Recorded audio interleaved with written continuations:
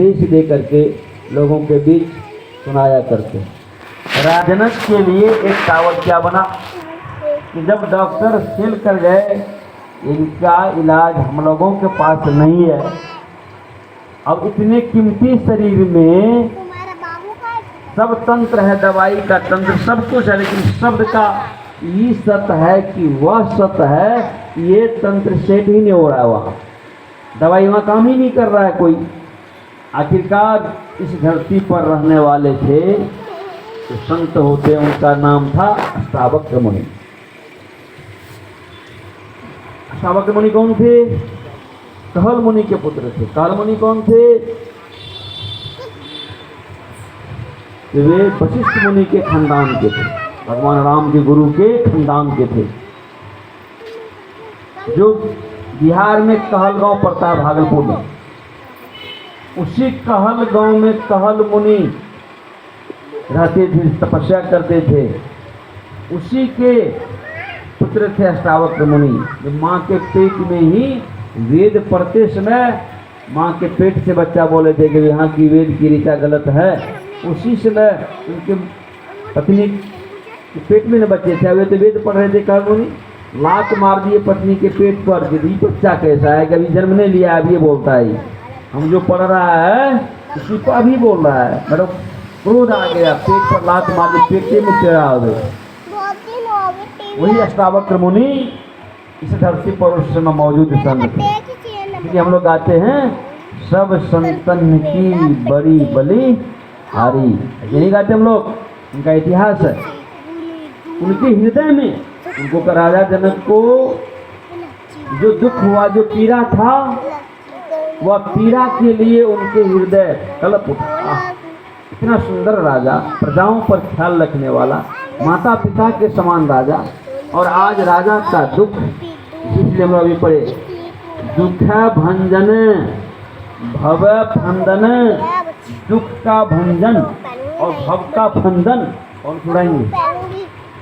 ये लगा है हम लोगों के शरीर के ऊपर। ऐसा नहीं है कि हम लोग ठीक ठाक हैं, ऐसे ही रहेगा सब दिन, ऐसा नहीं है। हम लोग के ऊपर दुख है भंजन। दुख का भंजन कौन? परमात्मा हमारे दुख का निवारण करेंगे। इसलिए हम लोग पढ़ते हैं भगवान की गीता, ओम युञ्जानः प्रथमं मनुष्यत्वाय सविता धियम अग्निर्ज्योतिर्निश्चय पृथिव्या अध्या भरतः। भगवान वेद कहते हैं, हे जगत प्रसव करता ईश्वर। खाली हम लोग जो संस्कृत पढ़ते हैं वो जानते, हिसाब तो जानते हो, उनसे नहीं हो पंडित जी क्या बोल रहा है। अगर पंडित जी से बोल देगा, पंडित जी जरा बताओ हिंदी इसका, तो पंडित जी को फुर्सत कहाँ इतना बताएगा। अच्छा जमानों को कहाँ फुर्सत है उसके बारे में जानेगा वो। दोनों तो दोनों तरफ रहता है, इसलिए हम लोग ज्ञान के अभाव में रहते हैं।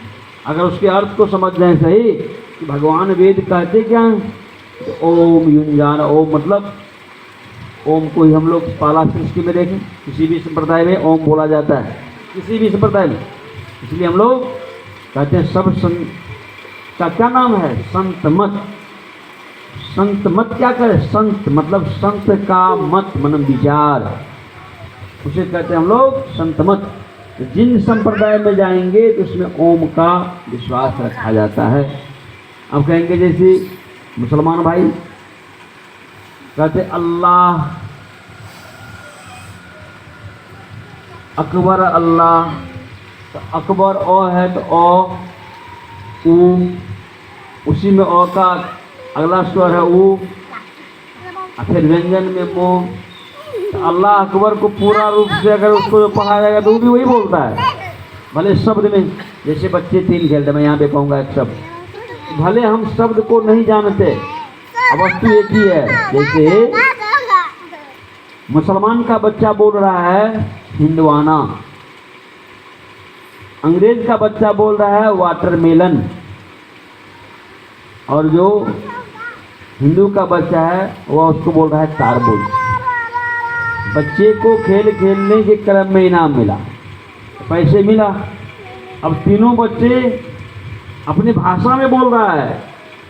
जो हिंदू का बच्चा है वो बोल रहा है कि मैं तारबुज खाऊंगा, अंग्रेज का बच्चा बोल रहा है कि मैं वाटरमेलन खाऊंगा, और जो मुसलमान का बच्चा वो कहता मैं हिंदवाना खाऊंगा। अब तीनों बच्चा लड़ रहा है आपस में, है तीनों बोल रहा है सही बात, लेकिन शब्द में फेरा है, एक दूसरे का शब्द से दूसरे के शब्द से किसी को पता ही नहीं चल रहा है। तो दुख तो हो रहा है। पैसा है, पैसे से वस्तु आएगी, वस्तु को भी अपने हृदय में जान रहा, अपने भाषा के मुताबिक मैं तारबूज लूँगा, वाटरमेलन लूँगा, हिंदवाना लूँगा बोल रहा है। तो जो सब शब्द को जानता था, उसका अर्थ जानता था, तो बच्चे से क्या कहा, लड़ो मत, लो पैसे मैं ला देता हूँ। कपड़े में बांध के ले आए छुपा करके। क्या बोलो भाई क्या लेगा, तो मैं तारबूज लूँगा, तो एक टुकड़ा निकाल के दे दिया। तुम क्या लोगे, वाटरमेलन, चलो वाटरमेलन। तुम क्या लोगे, हिंदवाना, तो हिंदवाना। तीनों बच्चे एक दूसरे का मुंह देखने लग गया। वस्तु तो सबके हाथ पहुंचा, लेकिन अर्थ नहीं जानने के कारण आपस में लड़ रहा था। अर्थ जब समझ में आ गया, जो समझदार थे, जिसके पास ज्ञान था तीनों भाषा का, तो इन बच्चों की लड़ाई को खत्म कर दिया। भगवान वेद कहते हैं ओम युंजानः प्रथमं मनुष्यत्व। ये भाई पहले शरीर का निर्माण ईश्वर ने कैसे किया, जैसे गुल्ली बनाते हैं, ऐसे जैसे हम मिट्टी को घुमाते हैं तो क्या होता है, आवाज़ होता है। दो पट्टे के बीच में मिट्टी डालने पर आवाज़ होता है। गुरु नानक साहब कहते हैं शब्द वेद संसारो। शरीर का सृष्टि में शब्द से ही बीज रूपा गया है, शब्द ही बीज है संसार का। हम हाथ चले जाएंगे, झोला भी हाथ में है, पैसा भी है, और हाथ में हम दुकानदार के आगे घूम भी रहे थे, क्या दुकानदार हमें अपने मन से मूली की, गाजर की, टमाटर दे देंगे?